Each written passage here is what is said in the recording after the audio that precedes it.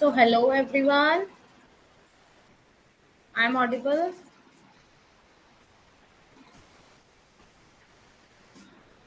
I'm audible. जल्दी से सब आ जाइए.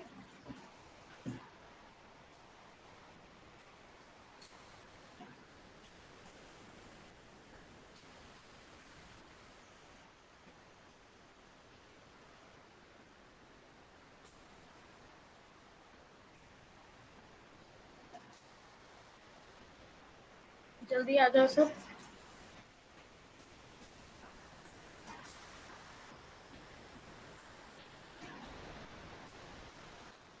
वॉइस क्लियर है? वॉइस क्लियर है? पीपीटी वगैरह वाला गुड.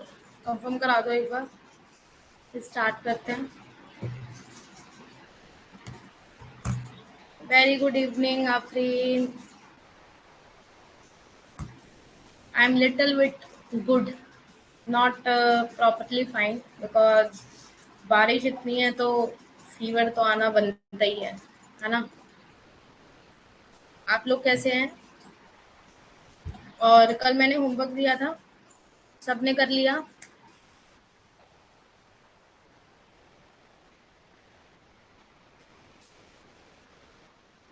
सबने कर लिया ना? ओके, सो स्टार्ट करते हैं. हाँ, वो बारिश इतनी है तो ये जुकाम खांसी वगैरह तो नॉर्मल है ना.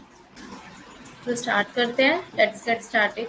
सो my self आशिशिका Gupta, your UGC paper 2 faculty of economics. So let's get started our fill up format. Afreen पूछ रही क्या होमवर्क था? क्यों, कल क्लास में थी नहीं तुम?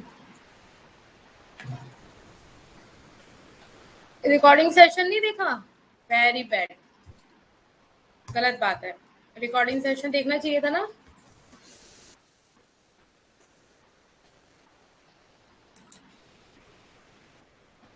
आप देख सकते हैं हमारे स्क्रीन पे ये आपको 3 चैनल्स दिखाई दे रहे हैं, जो कि जैसे कि ये टेलीग्राम है, ये व्हाट्सअप है एंड ये इंस्टाग्राम ग्रुप है. आप इनको जल्दी से जल्दी ज्वाइन करिए, जिससे कि आपको कोई भी अपडेट होगी, कोई भी हमारी तरफ से कोई इन्फॉर्मेशन आपको देनी होगी तो वो आपको मिल सकेगी. ओके. आप देख सकते हैं paper first and paper second आपको मिल रहा है 2023 दिसंबर बैच के लिए. पीवाईक्यूज मिलेंगे आपको, 100 प्लस मॉक टेस्ट मिलेंगे, क्विजेस मिलेंगे, notes, sample paper, all are available on fill up format. Okay. आप जैसे देख सकते हैं ये आपको कोड दिखाई दे रहा है, लाइक आशी एस चैन, ये मेरा कोड है. ठीक है. एंड 10% ऑफ के लिए आपको 10% ऑफ मिलेगा अगर आप आशी एस चैन मेरा कोड यूज करते हैं. ओके. एंड देख सकते हैं आप दिसंबर न्यू बैच के लिए आपका पेपर फर्स्ट का 1999 प्राइस है एंड पेपर सेकंड का 199 प्राइस है एंड बोथ पेपर 2999 प्राइस है. ओके. अगर आप देख सकते हैं, अगर सिंगल सिंगल लेते हैं तो आप नुकसान में ही रहेंगे एक तरीके से, है ना. फायदे में कब होंगे? जब आप बोथ लेंगे. उसमें आपको 1000 रुपीज का क्या मिल रहा है? डिस्काउंट मिल रहा है ना. कितनी अच्छी बात, डिस्काउंट मिल रहा है. 9 तो आपका जुलाई बैच तो स्टार्ट हो ही चुका है, दिसंबर बैच, है ना. आपके अंदर लाइव क्लास, ये आपको एमसीक्यूज, फुल नोट्स पीडीएफ, ये सब आपको.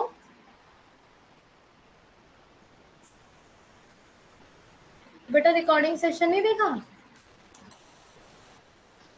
Paper first and second both admission है, ओपन हो चुके हैं दोनों के लिए. ठीक है. हमारा जैसे कि आपको पता है बैच स्टार्ट भी हो चुका है. ओके. आपको पता है नोट्स कैसे डाउनलोड करना है. जैसे आप प्ले स्टोर पे जाके और ऐप्स को इंस्टॉल करते हैं, एज इट इज आपको फिलअप फॉर्म को इंस्टॉल कर देना है. Then if you get any, like आपको कोई भी इशू होता है, आप इस नंबर पे दिए गए इस नंबर पे कॉल कर सकते हैं. You can call on this number. ठीक है. If you have any problem, otherwise हो जाएगा. ठीक है. Let's get started with our motivation. Motivation हमारी क्लास की जान होती है. क्यों? क्योंकि जो आप एक मोरल से आप चलते हो ना, तो आपको एक पढ़ने का जुनून रहता है ना. तो इसलिए हमारी जो मोटिवेशन क्लास है वो इम्पोर्टेंट होती है. अब जैसे कि इसमें लिखा है, कभी हार ना मानने की आदत ही एक दिन आपको बड़ी जीत दिलाती है.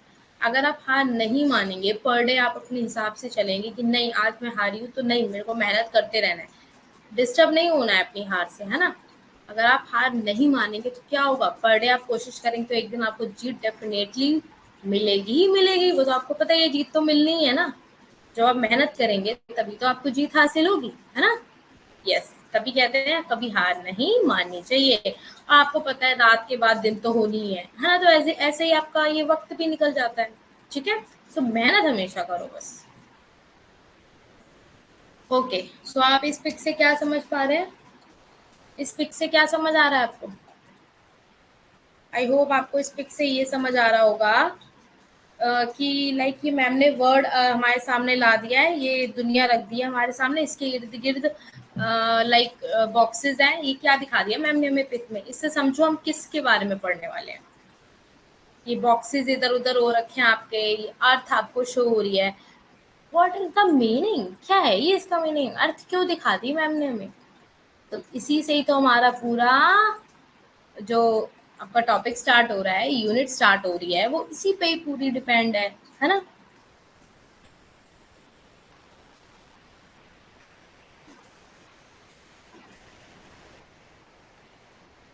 ठीक है,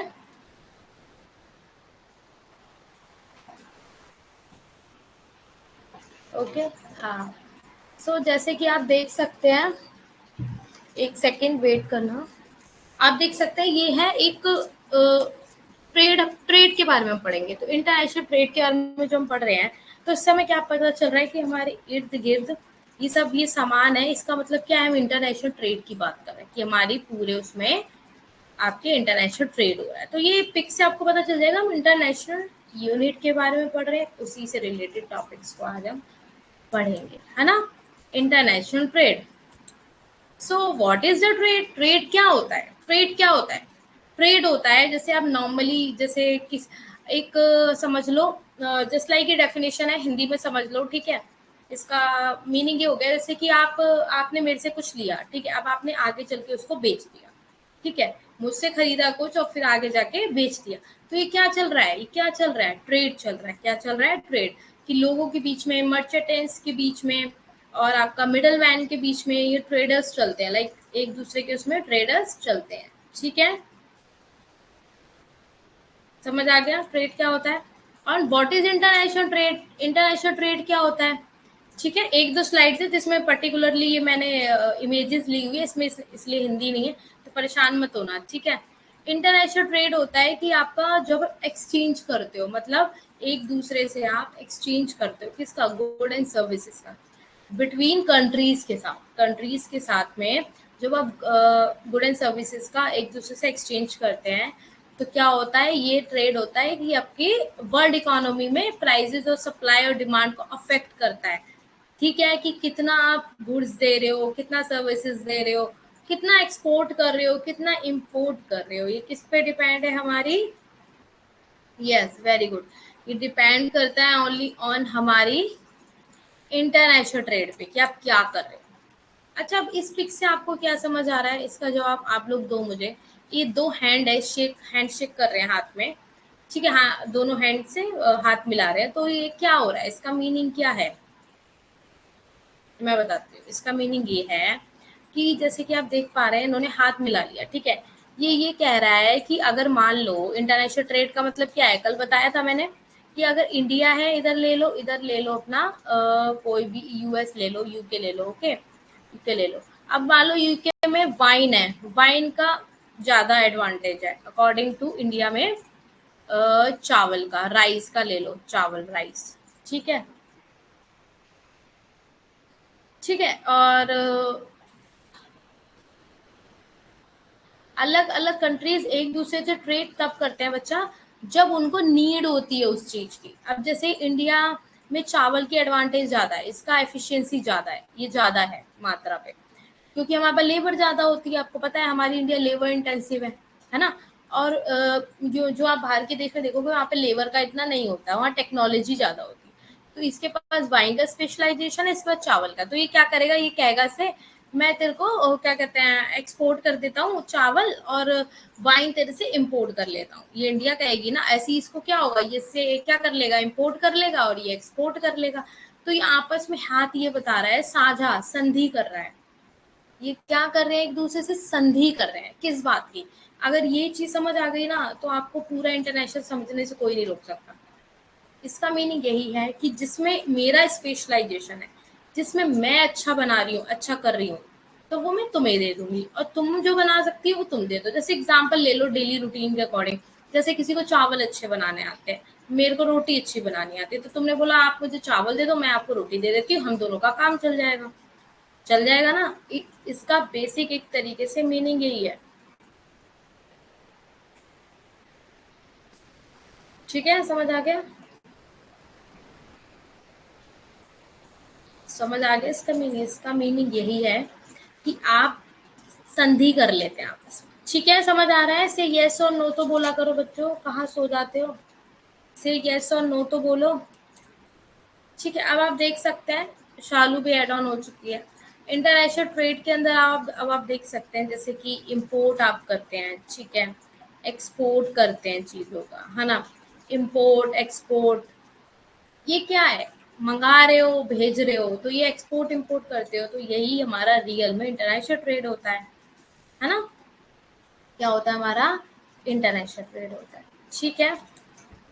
सो ये जस्ट ब्रीफ में है, इसको इतना आगे चल के पढ़ते हैं, अभी तक बताती हूँ। अच्छा, बेनिफिट क्या होते हैं ट्रेड के? ट्रेड के फायदे क्या है, बेनिफिट क्या है? ये सिर्फ पढ़ने वाली चीजें हैं, ये नोट डाउन भी करने वाली थी चीजें नहीं है, इसलिए बोल रही हूँ। ठीक है। सो कंट्रीज बेनिफिट फ्रॉम ट्रेड क्यों करते हैं? क्योंकि उसमें क्या होता है, गुड एंड सर्विसेज को, जो हमारे पास एफिशिएंट होती है चीजें, उसको हम एक दूसरे को कर पाते हैं। Yes Afreen, very good. Import का मतलब होता है गुड फ्रॉम अदर कंट्रीज। आप क्या कर रहे हो? इम्पोर्ट कर रहे हो किसी कंट्री से। एक्सपोर्ट क्या कर रहे हो? आप सोल्ड कर रहे हो, मतलब बेच रहे हो अनदर वो अदर कंट्रीज को। ओके, ठीक है। कैन यू नेम बस यूएस इम्पोर्ट? आपने मान लो कुछ भी मंगा लिया, वाइन मंगा लिया, वन यूएस एक्सपोर्ट क्या कर रहे हो? एक्सपोर्ट अपने चावल कर दिया। ऐसे ये सब चीजें हैं। ठीक है, आयात निर्यात, हाँ, आयात निर्यात ही बोलते हैं एक्सपोर्ट इम्पोर्ट को। ठीक है। So international trade we is inter regional trade. सो आप देख सकते हैं इन, अच्छा मान लो आप देश में रहकर, हमारे देश में रहकर ट्रेड कर रहे हो, ठीक है, उससे पहले एक चीज समझनी आपकी जरूरी है, ये वाला ट्रेड क्या होता है। हमने इंटरनेशनल ट्रेड तो समझ लिया, ट्रेड क्या है अब यहाँ समझोगे अच्छे से। ट्रेड दो टाइप का है, पहला है डोमेस्टिक, सेकंड है आपका इंटरनेशनल ट्रेड।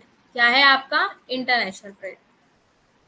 सो आप देख सकते हैं होलसेल रिटेल। अब जैसे डोमेस्टिक ट्रेड आप कर रहे हो, अपने देश में रहकर कर रहे हो, तो क्या कर रहे हो? होलसेल का माल आपने देखा होगा, होलसेल में सस्ता माल मिलता है, तो वो क्या करता है? आगे आगे देता है, फिर किसी को देता है, ऐसे घूमता रहता है। मान लो होलसेल है, ठीक है, फिर उसने ये आगे दिया, फिर किसी आगे प्रोड्यूसर ने आगे बेचा, ऐसे ऐसे करके करके क्या होता है? घूमता रहता है। तो ये क्या हो रहा है? हमारे देश में रहकर जो आपका डोमेस्टिक ट्रेड होता है, इसको वो बोलते हैं डोमेस्टिक ट्रेड, जो आप अपने देश में रहकर, इंडिया में रहकर करते हो। और इंडिया से बाहर रहकर जो करते हो वो नेशनल हो गया, जो इंडिया में रह के कर रहे हो। जो बाहर कर रहे हो, इंडिया से बाहर कर रहे हो, तो वो क्या हो जाता है? हमारा इंटरनेशनल ट्रेड, जिसमें कि आप इम्पोर्ट एक्सपोर्ट एंटर ये सब करते हो। समझ आ गया? समझ आ गया? होलसेल से क्या होता है? आपको सस्ती मिलती हैं चीजें। क्या मिलती हैं? सस्ती मिलती हैं चीजें। किसको?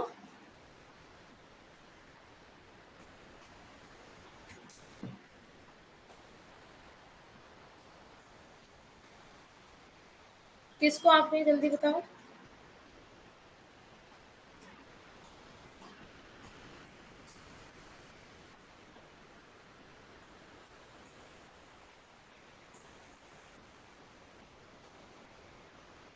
क्या किसमें हिंदी को क्या बोलेंगे?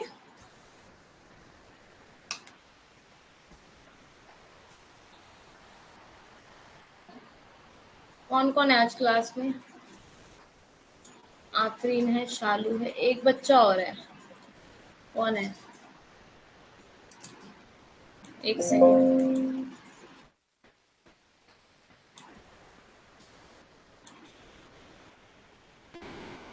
वीरेंद्र कुमार। ओके। अच्छा, आप बोल नहीं रहे हो, दैट्स वाई मेरे को लगा पता नहीं। बोलना चाहिए ना। डोमेस्टिक ट्रेड को घरेलू घरेलू आप करते हो ना? घरेलू। डोमेस्टिक मतलब घरेलू, अपने देश में रह के घरेलू। समझे?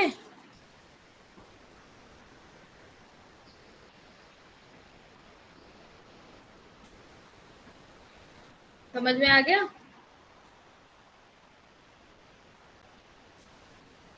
घरेलू व्यापार हो गया ना आपका, या अंतरराष्ट्रीय व्यापार हो गया आपका, या आपका हो गया अंतरराष्ट्रीय व्यापार। अब इतना तो समझ ही जाओगे अपन। थोड़ा बहुत अपने को बर्डन भी डालो, उसमें लिखते रहा करो अपने उसमें। ठीक है, समझ आ गया ना ट्रेड? ठीक है। अब क्लासिफिकेशन ऑफ थ्योरीज, इससे पहले अभी प्रीवियस वाली एक स्लाइड रह गई थी, इसको समझ लो। इसका मीनिंग क्या है, इसमें सिर्फ इतना मीनिंग है, इतना बड़ा लिखा हुआ है, ये कुछ नहीं है। अब देखो नेशनल और इंटरनेशनल ट्रेड। अब देखो, आप जब अपने नेशनल में रह के कोई भी ट्रेड करते हो, व्यापार करते हो, ठीक है, अपने देश में रहकर, तो सिंगल करेंसी वहाँ पे यूज होती है, ठीक है। और यहाँ पे इंटरनेशनल में आप करते हो तो मल्टी करेंसी, बहुत तरीके की करेंसी यूज होती है। कहीं पे पाउंड्स चलता है, कहीं पे आपका फ्रेंच चलता है, कहीं रुपीज चलता है आपका, ठीक है, कहीं आपका डॉलर्स चलता है, यान्स चलता है ना। सो अगर आप इंटरनेशनल सॉरी नेशनल ट्रेड कर रहे हैं, ठीक है, अपने देश में रह के आपने रुपी में कर लिया। अगर आप बाहर जाएंगे तो आपको किस चीज़ की नीड होगी? अगर आप इंटरनेशनल ट्रेड कर रहे हैं तो आप कैसे कर पाएंगे? आप रुपी से तो नहीं कर पाएंगे ना, आपको क्या चाहिए होगा वहाँ? डॉलर, पाउंड, जो भी वहाँ चलता है आपको वो चाहिए होगा, ठीक है। इसमें देखो यही लिखा है, फॉर एग्जाम्पल क्या लिखा है, द इंडियन इम्पोर्टर। अगर मान लो मैं कोई चीज़ इम्पोर्ट कर रही हूँ, ठीक है, तो मेरे पास पहले उस देश का डॉलर होना चाहिए। क्या होना चाहिए? डॉलर होना चाहिए, ठीक है। Before he can think of buy goods, मतलब अगर सोचने से पहले उसको क्या करना पड़ेगा कि डॉलर्स को अपने पास, उसके पास होना चाहिए, कि तभी वो खरीद पाएगा ना यूनाइटेड स्टेट्स से कुछ भी चीज। ये है इसके अंदर, ठीक है। सो classifications of theories, international theories के अंदर आप देखेंगे तो आपका, अरे ये स्लाइड्स है बच्चा, आगे पढ़ोगे, ये थ्योरीज है। अब इसमें मैं ट्रेडिशनल और मॉडर्न में क्या तुम लोगों को लाइक हिंदी में लिखूं मैं इसको? ये तो मजा आता है, बल्कि छोटी छोटी चीजें जो लेंथी होता है उसमें प्रॉब्लम हो सकती है, इसमें थोड़ी ना हो सकती है। क्यों?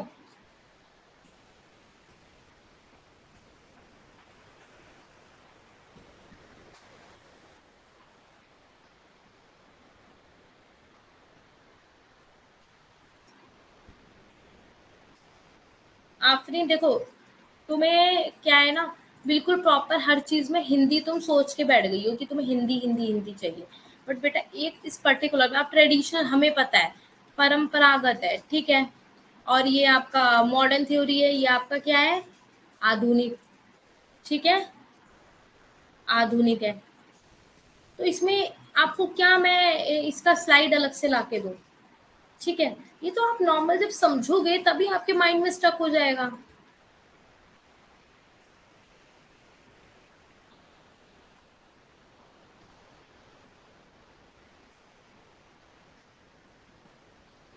बेटा थ्योरीज नहीं लिखनी होती तो विदाउट थ्योरी के क्वेश्चन आ जाएंगे क्या वहां पे? ये बताओ मुझे। तुमने जो ये लिखा है अभी ये लाइन, क्योंकि वहां थ्योरीज नहीं लिखनी होती, वहां एमसीक्यू लिखना होता है। तो बेटा वहां हमें पता है थ्योरीज ही आते हैं।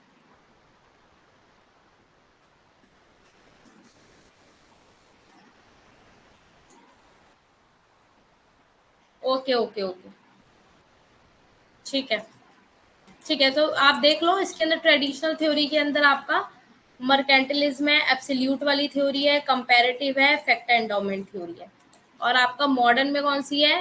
कंट्री, प्रोडक्ट, न्यू ट्रेड और नेशनल कॉम्पिटिटिव एडवांटेज। ओके, अब हम इंग्लिश से पहले हिंदी की पढ़ लेते हैं कि कौन सी ये थ्योरीज है। मर्केंटिलिज्म, बेटा बोलने से पहले ना थोड़ा सोचा करो आपने, ठीक है, कि बोल क्या रही हो और सामने कौन है, ठीक है। बोलने से पहले थोड़ा सोच लिया करो, क्योंकि बोलना बहुत आसान होता है और करना क्या होता है ना, वो यहाँ बैठे हमें पता है, ठीक है। मैं तो तुम लोगों के लिए थोड़ा अच्छा चाहती हूँ कि माइंड में चीजें ये स्टक हो जाएंगी तो तुम्हारे लिए ही अच्छा है वहाँ पे, क्योंकि हर जगह हिंदी से चीजें समझ में नहीं आ सकती, इंग्लिश दोनों ही चाहिए होते हैं, तभी पे वहाँ पे दोनों चीजें ऑप्शंस में आते हैं। वरना अगर आप हिंदी अगर चूज करो ना तो हिंदी ही आएगा, बट वहाँ पे दोनों आपको क्यों देते हैं? इसीलिए देते हैं कि कुछ चीजें हमें कहीं भी आके स्टक कर जाती है, तो हमें इंग्लिश की नीड होती है। ये मेरा पर्सनल एक्सपीरियंस है। तुमने ये जो लाइन मारी ना कि मैम वहाँ पे एमसी थ्योरीज नहीं आते, एमसीक्यूज आते, बेटा मैं यहाँ पे बैठ के मुझे नहीं पता क्या? आप ऐसे बोल गए। एक बात बताओ, मैं आप लोगों के साथ इतना अच्छा बिहेवियर रखती हूँ, आप लोगों के लिए हिंदी में लेके आ रही हूँ मैं। ये हिंदी नहीं है आपके सामने, ये इंग्लिश है। पर वो छोटी छोटी चीजें हैं ना, अब देखो इसमें बल्कि ना मजा आता है ऐसी चीजों में पढ़ने में। अगर पढ़ने वाले बच्चे होंगे ना तो इन चीजों में बल्कि मजा आएगा आप लोगों को। क्यों? क्योंकि देखो इसके अंदर कितना बड़ा बड़ा क्लासिफिकेशन ऑफ थ्योरीज लिखा है। अब या तो मैं इंग्लिश में पढ़ा रही हूँ तुम्हें, इसको तो समझ में आता है कि मैडम आप इनको ना हमें इंग्लिश में पढ़ा रहे हो इसलिए हमें दिक्कत हो रही है। अब यहाँ ट्रेडिशनल थ्योरी है, परंपरागत लिख दिया यहाँ पे, और यहाँ पे आधुनिक लिख दिया, समझ आ गया होगा कि हाँ मैम ये है इसका। इंग्लिश में भी आ रहा है, हिंदी में भी आ रहा है समझ में। हर जगह दोनों लैंग्वेज चलेगी बेटा, एक से कुछ नहीं होगा। मर्केंटिलिज्म, आप सोच, पहले मैं इंग्लिश में पढ़ा देती हूँ फिर हिंदी में पढ़ाती हूँ, ठीक है। मर्केंटिलिज्म की जो थ्योरी है, जो हमारी ये अपना ट्रेडिशनल थ्योरीज चल रही हैं, ठीक है। ये कौन सी है? परंपरागत, ठीक है। Traditional, it is the old, मतलब सबसे पुरानी थ्योरी है ये, ठीक है। सबसे पुरानी थ्योरी है, it is the oldest theory है ये। ट्रेडिशनल थ्योरी जो अपनी परंपरागत थ्योरी है ना, उसके अंदर सबसे पुरानी कौन सी है? मर्केंटिलिज्म। कौन सी है? मर्केंटिलिज्म, याद कर लेना। और ये थ्योरी किसने दी थी? थॉमस मुन ने दी थी, ठीक है। थॉमस मुन ने दी थी। इट इज बेस्ड किस पे? गेम पे। किस पे बेस्ड है? जीरो सम गेम पे। अब आप आगे चल के समझेंगे what is zero sum game. Zero sum game क्या होता है ना।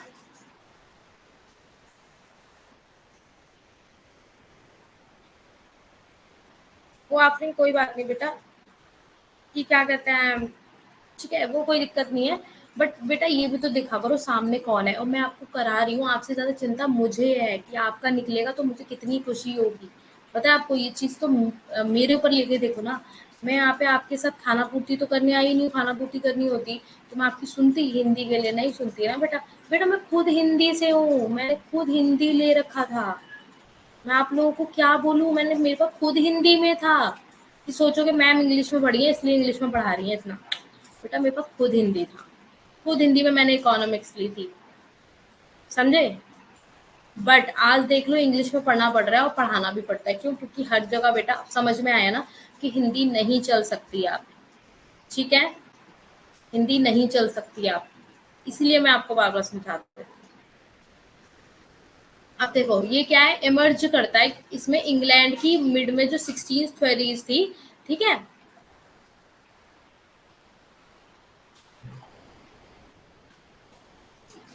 ठीक है। सो प्राइमरी गोल क्या करता है? प्राइमरी गोल क्या बताता है?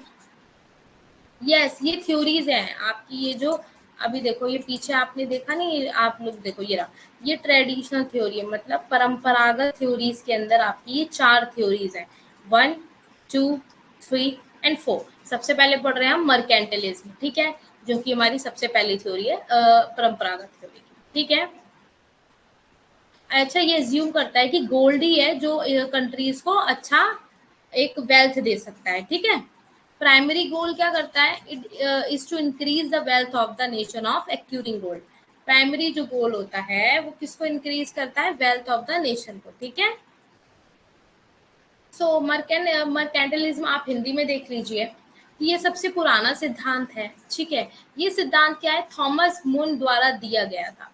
और इसे जीरो सम गेम क्यों बोला जाता है? इसमें इसलिए बोला जाता है कि इसमें एक देश को फायदा होता है और दूसरे देश को क्या होता है? नुकसान होता है। क्योंकि जब आपको मैंने बताया था, जब इम्पोर्ट ज्यादा करोगे, ठीक है, या एक्सपोर्ट ज्यादा करोगे तो आपको नुकसान होगा, डिसिक्लिब्रियम हो जाएगा, है ना। मतलब आपका अनबैलेंस हो जाएगा, ठीक है। 16वीं शताब्दी के मध्य इंग्लैंड में ये उभरा था। यह सोने को देश के धन का मान कहते हैं। और प्राथमिक इसका मीनिंग ये देखो, मैं बताती हूँ। इसने ना गोल्ड पे, इसने गोल्ड पे ही अपना फायदा देखा, मतलब इसमें गोल्ड की बात हो रही है। आप कहोगे मैम गोल्ड पे ही क्यों कर रहा है? ये गोल्ड का ही एक्सपोर्ट इम्पोर्ट करता था, ठीक है। अब जब ये गोल्ड का एक्सपोर्ट कर रहा है, एक्सपोर्ट किए जा रहा है, एक्सपोर्ट किए जा रहा है गोल्ड को, तो एक टाइम पे आके इसका मनी फ्लो ज्यादा हो जाएगा। मनी फ्लो ज्यादा हो जाएगा तो क्या होगा? जब एक चीज ज्यादा होती है तो क्या होता है? क्या होता है? इन्फ्लेशन बढ़ जाता है। इन्फ्लेशन बढ़ेगा तो चीजें महंगी होंगी। तो जब शॉर्ट रन में बात करते हैं ना हम, अल्पकालीन में बात करते हैं, शॉर्ट रन अल्पकालीन में बात करते हैं, तो उसमें क्या होता है? आपका एक टाइम पे आके एक्सपोर्ट चल सकता है ज्यादा टाइम तक। बट अगर लॉन्ग रन की बात करते हैं हम, दीर्घकालीन की बात करते हैं, लंबे समय की बात करते हैं हम लोग, तो उसके अंदर आपको ये बताता है दीर्घकालीन में आपका ये बताता है कि लाइक जैसे आप एक्सपोर्ट ही करे जा रहे हो, ठीक है, तो क्या होगा, पैसा आए जा रहा है, पैसा आए जा रहा है, पैसा आए जा रहा है, तो एक टाइम पे क्या होगा, उसकी उसकी क्या हो जाएगी, उसकी महंगाई बढ़ जाएगी। तो उससे क्या आपको फायदा होगा? नहीं, आपको क्या होगा, जब एक्सपोर्ट इम्पोर्ट दोनों हो रहा होगा, जब क्या होगा, आपका एक्सपोर्ट और इम्पोर्ट दोनों हो रहा होगा, आयात और निर्यात दोनों होना चाहिए दीर्घकालीन में। और शॉर्ट रन में एक बार के लिए एक्सपोर्ट इंपोर्ट एक में से चल सकता है, बट दीर्घकालीन में दोनों ही चलने चाहिए। क्या होना चाहिए? दोनों ही चलने चाहिए। ठीक है,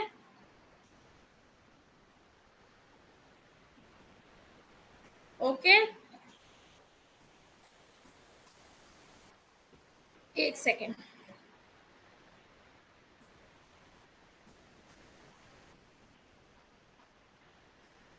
ठीक है, सो जैसे कि आप देख पा रहे होंगे इसमें, और जैसे इसमें ये बताता है कि अगर आप एक्सपोर्ट ही कर रहे हो, ठीक है, आप एक्सपोर्ट कर रहे हो, इसमें मीनिंग यही है बेटा शालू, कि इसमें ये मीनिंग, इसका मतलब ये कि सोने की बात कर रहा है, सोने को ही एक्सपोर्ट इंपोर्ट करता है, इसको इसके अलावा किसी चीज का एक्सपोर्ट इंपोर्ट नहीं करना है। मर्केंटाइलिज्म जो थे वो ये बता रहे हैं कि इसमें ना सोने को ही इन्होंने आधार माना है। ठीक है, सोने को ये चाहता है कि हमारा देश एक तरीके से क्या हो जाए, बहुत मतलब बहुत ज्यादा पैसा आ जाए, लाइक ये समझ लो आप एक तरीके से। ठीक है, तो ये जीरो सम गेम का मतलब ये हो गया, यहाँ जीरो सम गेम का मतलब ये है कि यहाँ पे ये चीजों को एक्सपोर्ट और इंपोर्ट करेगा, तो एक को फायदा होगा और एक को नुकसान होगा। अगर एक गोल्ड ज्यादा बनाएगा, ज्यादा एक्सपोर्ट कर रहा है, उसके पास, एक के पास गोल्ड ज्यादा होगा, तो क्या होगा, एक को नुकसान होगा, एक को फायदा होगा, है ना? यही तो होता है। और जब आप क्या करते रहते हो, गोल्ड गोल्ड जब आप अल्पकालीन की बात कर रही हूँ मैं, शॉर्ट रन में क्या होता है, एक्सपोर्ट और इंपोर्ट में से एक भी चीज आप कर रहे हो, एक्सपोर्ट ही एक्सपोर्ट करे जा रहे हो शॉर्ट रन में, तो वो वैलिड है। बट अगर आप जो आपका दीर्घकालीन है, लॉन्ग रन है, उसमें अगर आप एक्सपोर्ट ही करे जा रहे हो या इंपोर्ट ही करे जा रहे हो, तो वो ठीक नहीं है। दीर्घकालीन में एक्सपोर्ट भी होना चाहिए और इंपोर्ट भी होना चाहिए। ओके, इसका मतलब ये है। ठीक है, ये क्या चाहता है कि मैं अगर सोना सोना ज्यादा करूंगा तो मेरे देश में क्या होगा, संपत्ति की वृद्धि हो जाएगी। क्या हो जाएगी? संपत्ति की वृद्धि हो जाएगी। अब जैसे इसमें इंग्लिश में देखो, इससे पहले हिंदी में बता देती हूँ। देश को जब निर्यात का बढ़ावा देकर आयात बीओटी से अधिशेष हो जाता है, तो क्या करना चाहिए, सोने में वृद्धि करनी चाहिए। अब बैलेंस ऑफ ट्रेड होता है, ठीक है, आपका बैलेंस ऑफ ट्रेड हो जाता है, तो इसके अंदर क्या बताता है कि अगर एक एक ही एक्सपोर्ट ही ज्यादा हो जा रहा है, ठीक है, और इंपोर्ट कम हो रहा है, तो फिर क्या है, ये बैलेंस ऑफ ट्रेड का फॉर्मूला हो जाता है। अभी बताती हूँ, आराम से बताती हूँ, परेशान मत हो कि सोचो कि मैम क्या बोल रही हैं। ठीक है, अगर आपका मान लो, इधर देखो, एक्सपोर्ट मतलब एक्सपोर्ट क्या होता है, निर्यात कर रहे हो आप, अगर निर्यात ज्यादा हो जाए आयात से, तो यहाँ सरप्लस हो जाएगा, मतलब अच्छा है हमारे देश के लिए। ठीक है, हाँ, लॉन्ग रन में दोनों होगा, और एक्सपोर्ट और निर्यात। ठीक है, अब अगर मान लो आयात ज्यादा हो गया और निर्यात कम हो गया, ठीक है, तो क्या हो जाएगा, डेफिशिएट। क्या हो जाएगा, गिर जाएगा, क्या हो जाएगा, डेफिशिएट हो जाएगा। एक सेकेंड, क्या हो जाएगा, डेफिशिएट हो जाएगा। ठीक है,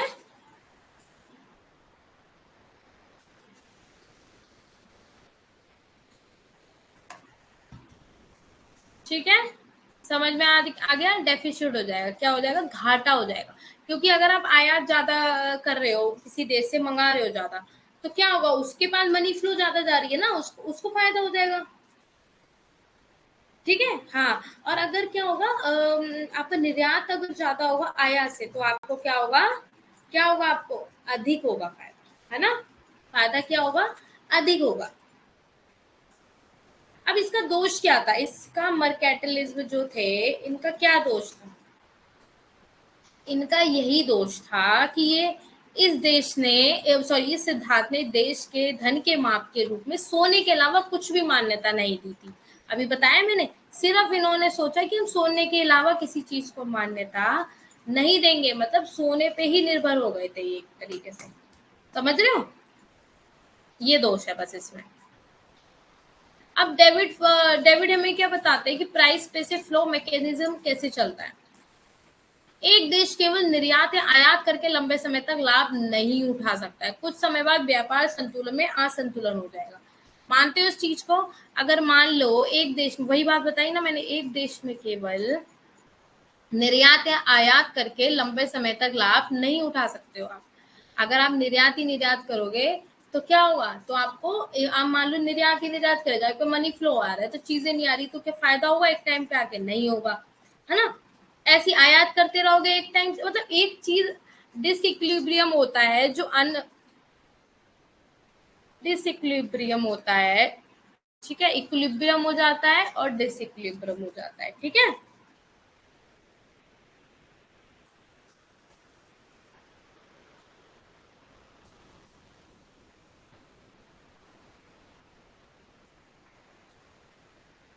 ठीक है, समझ आ रहा है क्या हो जाता है जब आपका असंतुलन हो जाएगा चीजों में।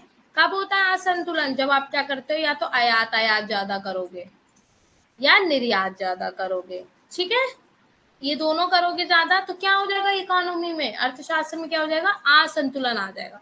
असंतुलन कब होता है? जब आप दोनों को लेके साथ में चलते हैं, ठीक है, इक्विलिब्रियम और डिसइक्विलिब्रियम, ठीक है। इंग्लिश वाले बच्चे देख लो, जो a country can not benefit in long run by only exporting और इम्पोर्टिंग। मतलब लॉन्ग रन के अंदर आप जो देख सकते हो, लॉन्ग रन के अंदर लंबे समय में जब आप दीर्घकालीन की बात करेंगे, तब उसके अंदर आप एक चीज को लेके नहीं कर सकते हो आयात निर्यात करके, आपको दोनों को साथ में लेके चलना पड़ेगा, ठीक है। समझ आ गया? लॉन्ग रन में बता दिया दोनों चीजें चलती हैं, और after some time there will be disequilibrium balance of trade. अगर ये एक चीज चलेगी किसमें, आपका लॉन्ग रन में एक ही चीज चलेगी तो क्या हो जाएगा, बैलेंस ऑफ ट्रेड में भुगतान आपका क्या हो जाएगा, व्यापार असंतुलन में हो जाएगा, ठीक है। समझ आ गया? बता, दीर्घकालीन लॉन्ग रन की बात कर रहे हैं हम लोग, ठीक है। सो डेविड में क्या दर्शाया कि किसी देश में सोने का अगर प्रवाह ज्यादा हो रहा है तो उसकी मुद्रा की जो पूर्ति होगी उसमें वृद्धि हो जाएगी। क्यों? क्योंकि इसमें सोना ज्यादा आ रहा है तो उसमें ऑफकोर्स पैसा तो बढ़ेगा, जिससे कीमतें भी बढ़ेंगी, और क्या होगा, निर्यात को आप क्या कर सकते हैं, आयात को, दोनों को प्रोत्साहित कर सकते हैं, लाइक दोनों को इनकरेज कर सकते हैं। देखो डेविड मैंने क्या बताया कि अगर due to increase in inflow हो जाता है गोल्ड में, इनफ्लो गोल्ड ज्यादा आने लग जाता है कंट्री में, तो वहां पे इंक्रीज हो जाएगा, मनी सप्लाई ज्यादा हो जाएगी, और लीडिंग टू इंक्रीज करेगा क्या, प्राइजेस को बढ़ाएगा। तो विच वुड डिस्करेज एक्सपोर्ट, क्या करेगा, एक्सपोर्ट कर को क्या कर देगा, डिस्करेज कर देगा, और इम्पोर्ट को क्या कर देगा, एनकरेज कर देगा। मतलब इम्पोर्ट को ज्यादा वो दिखाएगा, एक सेकंड कहाँ गया, हाँ, क्या करेगा, आयात को प्रोत्साहित करेगा, वेलकम करेगा, और उसको निर्यात को वेलकम नहीं करेगा। समझ आ गया? ओके।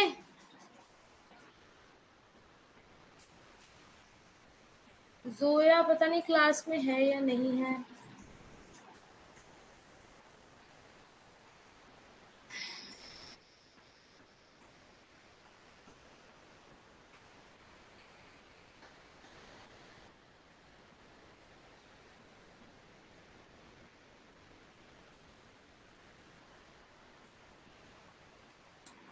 ओके, अब आप देख लीजिए, एडम स्मिथ की थ्योरी में पढ़ने के अलावा, हिंदी में पढ़ने के अलावा, मैं इंग्लिश में आपको, सॉरी, इंग्लिश हिंदी में पढ़ने के अलावा मैं आपको ये बताना चाहती हूँ कि एब्सोल्यूट थ्योरी का मीनिंग ही क्या है।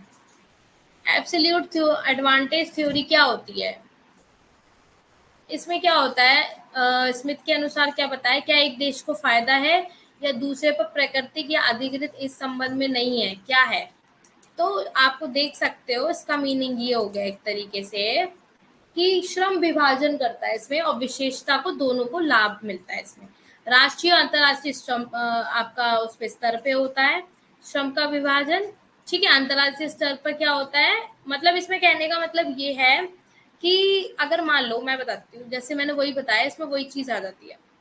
टेबल देख लेते हैं एक बार, टेबल से पढ़ ले, ज्यादा समझ आएगा। अब ये देखो, अब कंट्री ए है, ठीक है, कमोडिटी एक्स कमोडिटी वाई। अब कंट्री ए का देख पा रहे हो ना, कंट्री ए का किसमें है, कमोडिटी एक्स में एडवांटेज ज्यादा है, और कमोडिटी कंट्री बी का इसमें आपका इसमें कम है एडवांटेज, इसमें इसका नहीं है। सेम अगर कंट्री ए का कमोडिटी वाई का लेते तो इसका इसमें एडवांटेज नहीं है, बी का किसमें एडवांटेज है, कमोडिटी वाई में। तो अब आप इसका मतलब समझे कि अगर इसका एडवांटेज मतलब ये क्या कर रहा है, ये इतनी कमोडिटी बना रहा है और ये 5 बना रहा है, इस चीज की 5 बना रहा है, और सेम अगर बी कंट्री कमोडिटी एक्स की 5 बना रहा है और वही क्या बना रहा है वो 10, और यहाँ कमोडिटी वाई बना रहा है 5 की और यहाँ ये बना रहा है 10 की, तो क्या करेगा, एक दूसरे से क्या करेंगे, ये एक्सपोर्ट इम्पोर्ट कर लेंगे, क्या कर लेंगे, कॉस्ट में क्या है, इतना फर्क है इनके, समझ आ गया, इनके क्या है कॉस्ट में फर्क है। अब जैसे देखो इसमें लिखा हुआ है ए एक इकाई के साथ 10 एक्स और वाई को उत्पादन कर सकता है, ठीक है, और श्रम की संख्या क्या है, बी एक इकाई के साथ वाई एक्स और फाइव एक्स का क्या कर सकती है, उत्पादन कर सकती है। तो इसमें क्या बताया हुआ है, देश ए को उत्पादन में पूर्ण लाभ है, समझ गए, क्योंकि उसके पास एक ए में लाभ है ना उसको, आप लोग बताओ, ए में लाभ नहीं उसको, वो 10 कर रहा है, और बी को किसमें है, वाई में, बी को किसमें है, वाई में,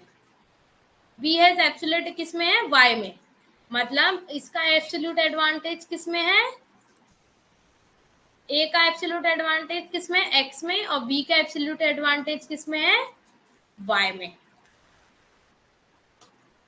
समझ गए, मतलब दोनों एक दूसरे से देश अगर देखा जाए, कंट्री ए को देखा जाए, कंट्री बी को देखा जाए, तो इन दोनों का आपस में किसका किसमें ज्यादा एडवांटेज है, इस चीज को आप देख सकते हैं, समझ आ गया,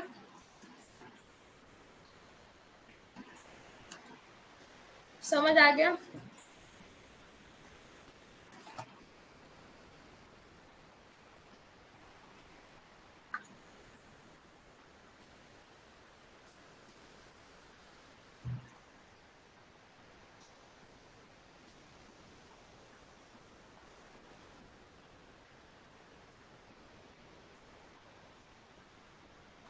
ठीक है, समझ आ गया, वेरी गुड, थोड़ा 1 सेकंड का विराम ले लिया, मैंने कल भी तो किया था आफ्टीन अपलोड, कल का भी किया था मैंने, हाँ इसका भी कर दूंगी मैं, देखती हूँ इसका आज शायद नहीं भी करूँ, क्योंकि इसकी थ्योरीज काफी बड़ी हैं, ट्रेडिशनल वाली है इसमें सारी, मॉडर्न वाली नहीं है अभी इसमें, तो हो सकता है मैं कल क्या कहते हैं, कल करूंगी इसको सेंड, क्योंकि अगर आज कर दूंगी तो मैं कल का टॉपिक पढ़ाना है ना मुझे भी, है ना, मतलब इसमें और भी तो आगे टॉपिक्स हैं, तो इस तरीके से आप इसमें समझ सकते हो। अब इधर देखो, ये क्या बताता है, 10x जो है वो ए का एडवांटेज है, ठीक है, और ये इसका है, तो ये कहाँ, ये ज्यादा होगा, ये ज्यादा होगा, इसमें क्या ज्यादा होगा,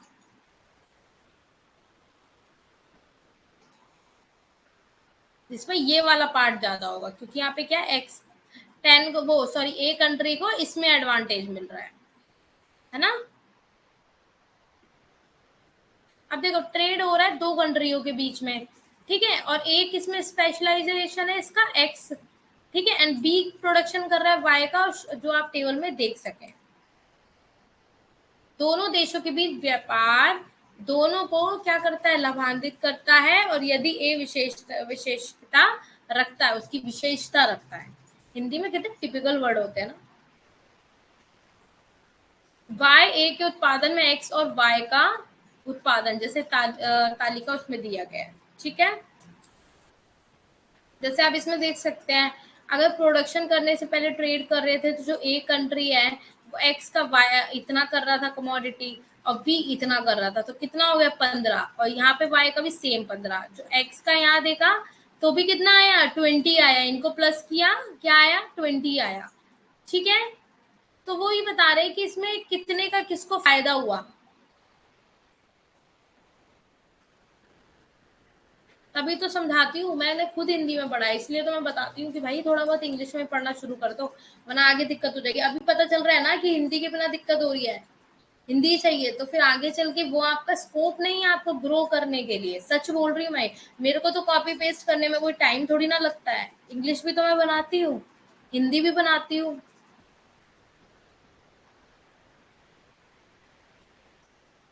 हाँ कोई बात नहीं, बट बेटा बिल्कुल प्रॉपर जब मेहनत करोगी ना कि हाँ हिंदी अच्छा इसका नहीं मिल रहा है, तो खुद सोचोगी, खुद सर्च करोगी, चीजों को हाथ पैर खुद के मारोगी ना, तभी आएगा।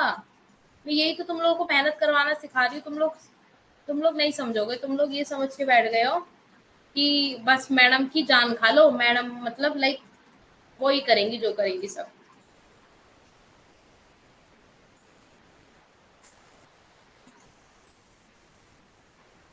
आई नो आफरीन बच्चा, बट थोड़ा थोड़ा भी टाइम है ना, मैं यही तो कह रही हूँ। हिंदी पढ़ो, मना किसने किया है हिंदी पढ़ने के लिए? मना किया है किसी ने? पढ़ो।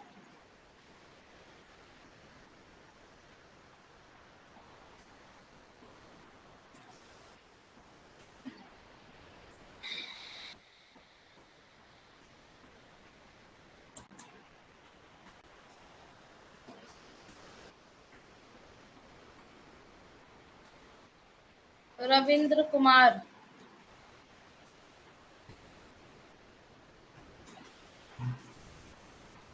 मैं तो हमेशा हूँ बच्चा तुम्हारे लिए, मैं तो चाहती हूँ अच्छा आगे करो ग्रोथ। क्या? रविंद्र कुमार 8 बजे क्लास होगी रविंद्र। रविंद्र जी आपकी क्लास होगी ऐप पे होगी क्लास आपकी। ये ऐप पे क्लास हो रही है ना? ऐप पे आपकी क्लास हुआ करेगी मंडे टू थर्सडे। ठीक है, ये आपकी ऐप पे क्लास हुआ करेगी। ठीक है।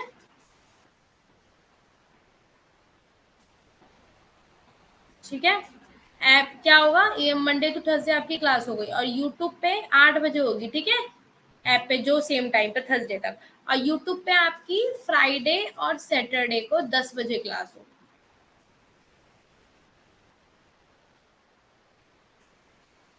ठीक है।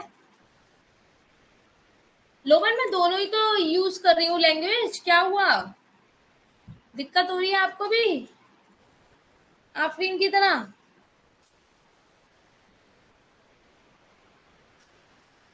अभी तो मैं आपको दोनों लैंग्वेज में पढ़ा रही हूँ, अब भी क्या कर रहे हो आप लोग, ये मुझे समझ में नहीं आ रहा।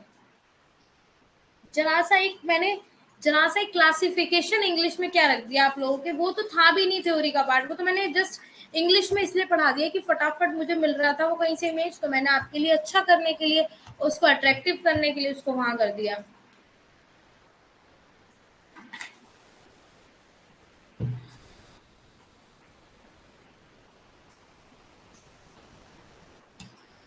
वो इंग्लिश में ही बेटा मिलती हैं।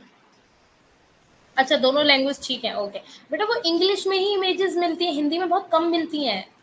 जो आप इनकी बात कर रहे हो ना, देखो एक सेकंड रुको, मैं आपको समझाती हूँ। देखो ये थ्योरीज जो हम लोग पढ़ रहे हैं, देखो ये हिंदी में है, ये हिंदी में है, इसका हिंदी में है, इसका हिंदी में आगे जाके इसका हिंदी में है, इसका हिंदी में है, सबका हिंदी में है आगे आगे जाके। बट जो मैं आप लोगों को समझाना चाह रही हूँ ना, वो समझ लो अभी क्यों। ये जो इमेजेस मैं आपको दिखा रही हूँ ना, इसे आप हिंदी इंग्लिश में, ये लिखा इंग्लिश में है, बट इसको मैं हिंदी में इसलिए समझा रही हूँ क्योंकि इसका हिंदी में पूरा मिलना मुश्किल है। और इनके जरिए ना, इन पिक्चर्स के जरिए और ये सब के प्रेजेंटेशन के जरिए ना, आप लोग रिलेट कर लोगे फटाफट, यूं माइंड में क्लिक हो जाएगा। इसलिए मैं ये पिक लेके आई हूँ। ये नहीं मिलता है पर्टिकुलरली, ये जैसे ये पिक है इसमें बता दिया, अब ये लिखा है, ये है, ये हो गया, ठीक है, ये हो गया लाइक। तो ये इंग्लिश में थोड़ा जल्दी मिल जाता है बेटा, हिंदी में थोड़ा, इसलिए मैं तुम लोगों के लिए कि तुम्हें इंटरेस्ट आए कि हाँ अच्छा ऐसा है। ये देखो ये ऐसे मिलते हैं इसीलिए।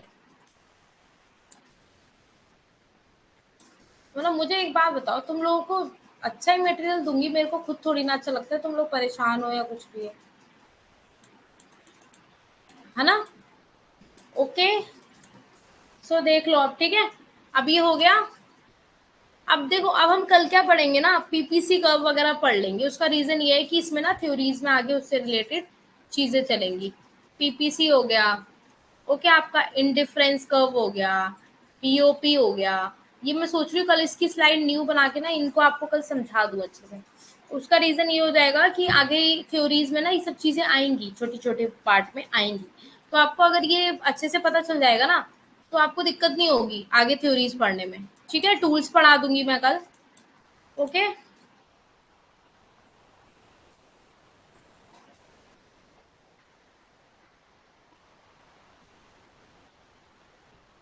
हाँ, पीडीएफ तो मैं कल अपलोड करूँ। अब देखो रिकार्डो की थ्योरी पढ़ लेते हैं। रिकार्डो की थ्योरी क्या है? डेविड रिकार्डो बोलते हैं, देखो एडम स्मिथ ने एक बात थी, एडम स्मिथ में ना थोड़ा ये कंफ्यूज हो गया था एडम स्मिथ। इसने बोल दिया था कि एडम स्मिथ ने, मतलब एडम स्मिथ ना पता नहीं कर पाया था कि मैं दोनों चीजों की अगर मेरे पे बात आ जाए ना, एडम स्मिथ का ये था कि अगर दोनों देश स्पेशलाइजेशन में है, ठीक है, वो ये कह रहा था कि अगर दोनों ही देश आपके उसमें आ जाए, आपके स्पेशलाइजेशन में, जैसे एब्सोल्यूट में एक डिसएडवांटेज था जिसे वो ना सॉल्व नहीं कर पाया था। क्या? अगर मान लो इंडिया है, इंडिया ना चावल भी अच्छा बना रहा है और कार भी अच्छी बना रहा है, इन दोनों में किसका उसको ज्यादा मतलब प्रोडक्शन करना चाहिए, तो वो इसमें कंफ्यूज हो गया था, इस चीज को ना सॉल्व नहीं कर पाया। ये एब्सोल्यूट का डिसएडवांटेज था। बट अब रिकार्डो में ये चीज देखेंगे at end of the moment कि कंपैरेटिव डिफरेंस का मतलब आप समझ पा रहे हो कि कंपेयर कर रहा है ये, ठीक है, किसकी कॉस्ट मुझे ज्यादा पड़ रही है, किस सामान की कॉस्ट मुझे कम पड़ रही है, किस में मेरी एफिशिएंसी ज्यादा है, तो रिकार्डो ये बता रहा है। और जो एब्सोल्यूट में हमने पढ़ा था, एब्सोल्यूट में हमने ये सब चीजें पढ़ी थी कि ये देश बना रहा है वही चीज 10 रुपए में, दूसरा बना रहा है 5 रुपए में, तो वो हमने देख लिया। बट फिर भी आगे चल के उसका एक डिसएडवांटेज था एब्सोल्यूट का, कि अगर वो ये कह रहा था इंडिया में दोनों चीजें बन रही हैं, तो वो एक उनमें से एक कैसे चूज करेगा। तो वही रिकार्डो ने बता दिया कि भाई दोनों में से एक तो चूज करना पड़ेगा, वरना काम कैसे चलेगा। तो वही चीज है इसमें, ठीक है। So according to David Ricardo के अकॉर्डिंग ये एब्सोल्यूट नहीं है, बट कंपैरेटिव डिफरेंस है इसके अंदर कॉस्ट में, जो ट्रेड के रिश्तों को बताता है, किसके बीच में, दो कंट्रीज के बीच में।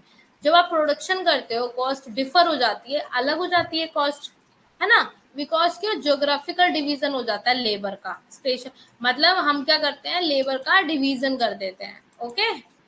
डेविड रिकार्डो के अनुसार ये निरपेक्ष नहीं है, लेकिन क्या होता है जब तुलनात्मक अंतर आप करते हैं तो व्यापार संबंधों को निर्धारित करते हैं, ठीक है। दो देशों के बीच में, देशों में उत्पादन लागत अलग अलग होती है, ठीक है।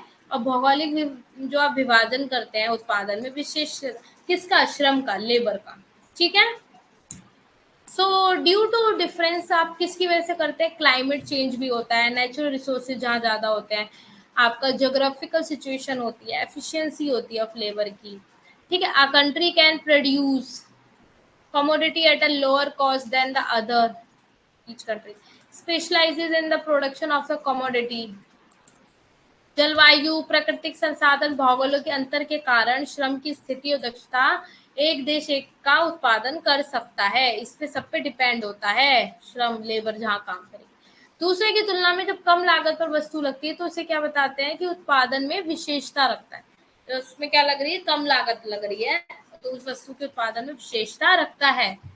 कोई भी देश जिसके पास, जिसमें ये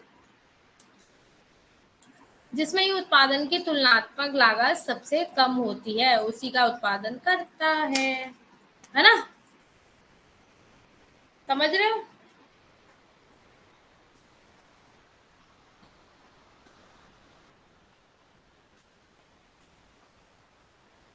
okay okay, so assumptions of the theory, theory की मान्यताएं क्या हैं, मान्यताएं,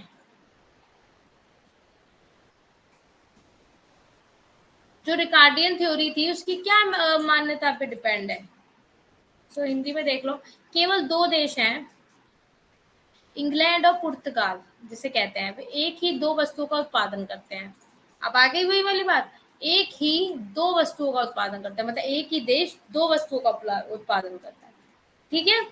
दोनों देशों में समान स्वाद होता है, श्रम उत्पादन का एकमात्र कारक होता है, श्रम की आपूर्ति अपरिवर्तित है, श्रम की आपूर्ति क्या है, अपरिवर्तित है, मतलब चेंज नहीं कर सकते आप उसे, है ना।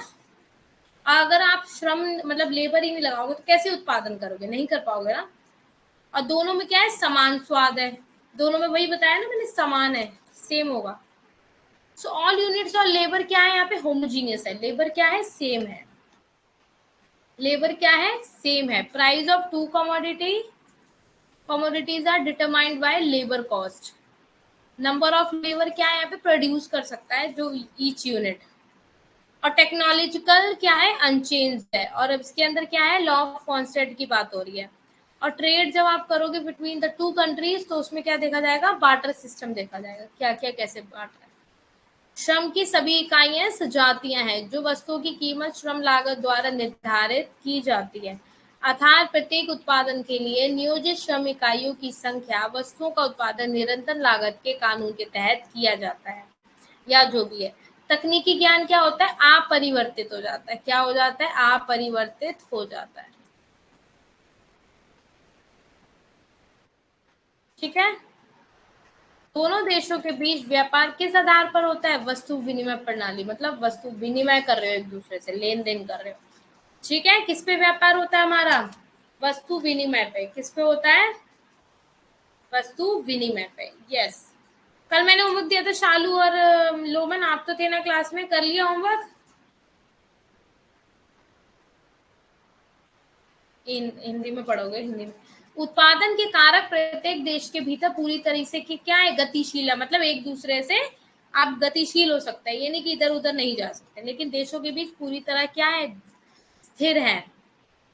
अगर देश के अंदर की बात हो रही है तो गतिशील है, ठीक है। और अगर देशों के बीच पूरी तरह से क्या है, स्थिर है, वहां पे, वहां से इधर उधर नहीं हो सकते। दोनों देशों के बीच मुक्त व्यापार है, फ्री ट्रेड है।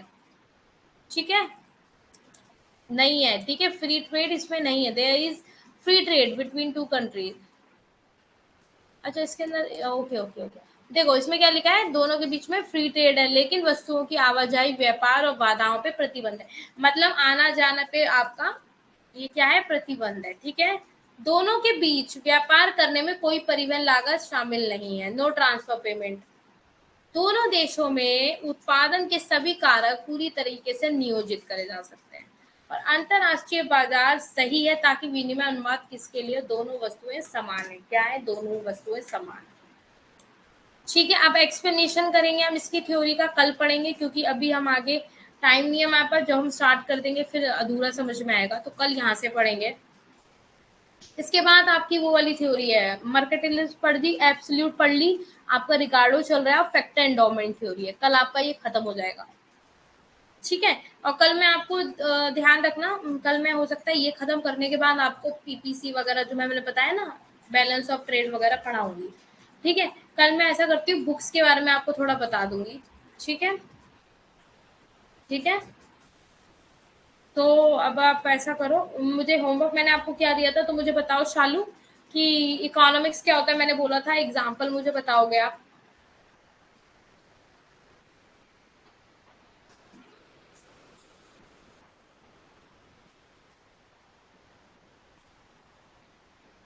वेलकम बच्चा। होमवर्क बताओ बताओ जल्दी जल्दी सब अपना।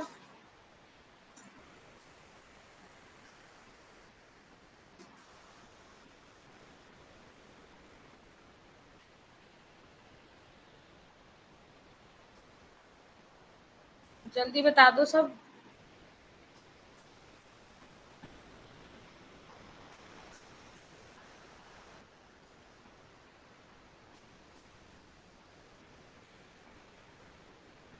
हमारी जरूरत का अध्ययन करा जाता है, किसने बोला आफरीन ये?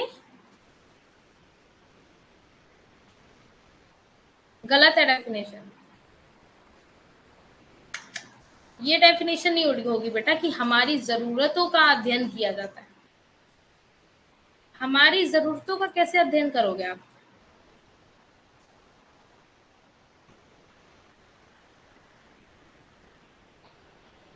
नहीं, ये नहीं होता बेटा। ये होता है कि एक तरीके से आप ये देखोगे, जब मेरे पास चीजें सीमित मात्रा में है तो मैं उसे कैसे यूज करूंगी, ये इसकी प्योर डेफिनेशन होगी। ठीक है, इसकी प्योर डेफिनेशन होगी है। अवस्था को जरूरत बोला जाता है, हाँ, अवस्था को जरूरत बोला जाता है। यस।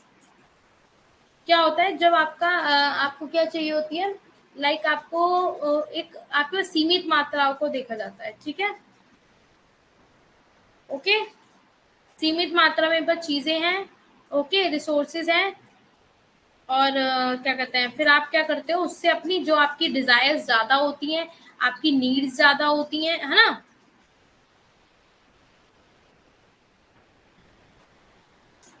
अब जरूरत नहीं बेटा, जब जरूरत कैसे पूरी कर लोगी, जब आपके पास, पहले डेफिनेशन तो कंप्लीट करो, जरूरत नहीं। जब हमारे पास लिमिटेड रिसोर्सेज होते हैं, संसाधन मेरे पास सीमित हैं और मेरी डिजायर्स ज्यादा हैं, तब आपका वो डेफिनेशन कंप्लीट होगा ना। अगर आप ये लिख के आओगे जरूरत, तो आपका करेक्ट होगा, नहीं होगा ना। आधी आधी डेफिनेशन हुई ना ये तो।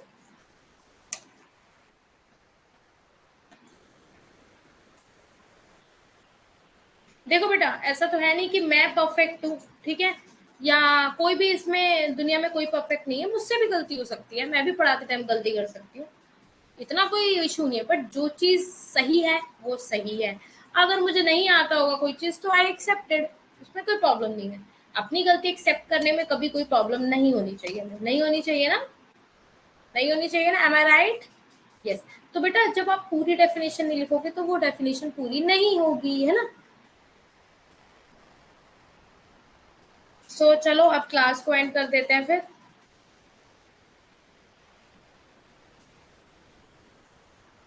ठीक है, सबसे गलतियां होती है, वो तो फैक्ट है ना, उसमें कोई कोई दिक्कत नहीं है, मुझसे भी गलती हो सकती है, कल फ्यूचर में मैं भी कल, आपको कुछ हो सकता है, कोई बाई मिस्टेक ऑप्शन कोई गलत होता है, तो उसमें कोई दिक्कत नहीं है बेटा, सबसे होता है। जब पेपर बनाने वाले गलती कर सकते हैं, तो हम तो पढ़ाने वाले हैं भाई, हमें भी तो कुछ हो जाता है। चलो फिर अब ऐसा करते हैं, एंड करते हैं क्लास को। Okay, good night everyone. कल पढ़ेंगे अच्छे से, और इसकी पीडीएफ कल मिलेगी, शोर मत मचाने लग जाना, ठीक है। ओके, क्लास को एंड करूँ फिर। Bye bye, good night everyone. शालू, Loman, Afreen, okay okay, welcome बच्चा।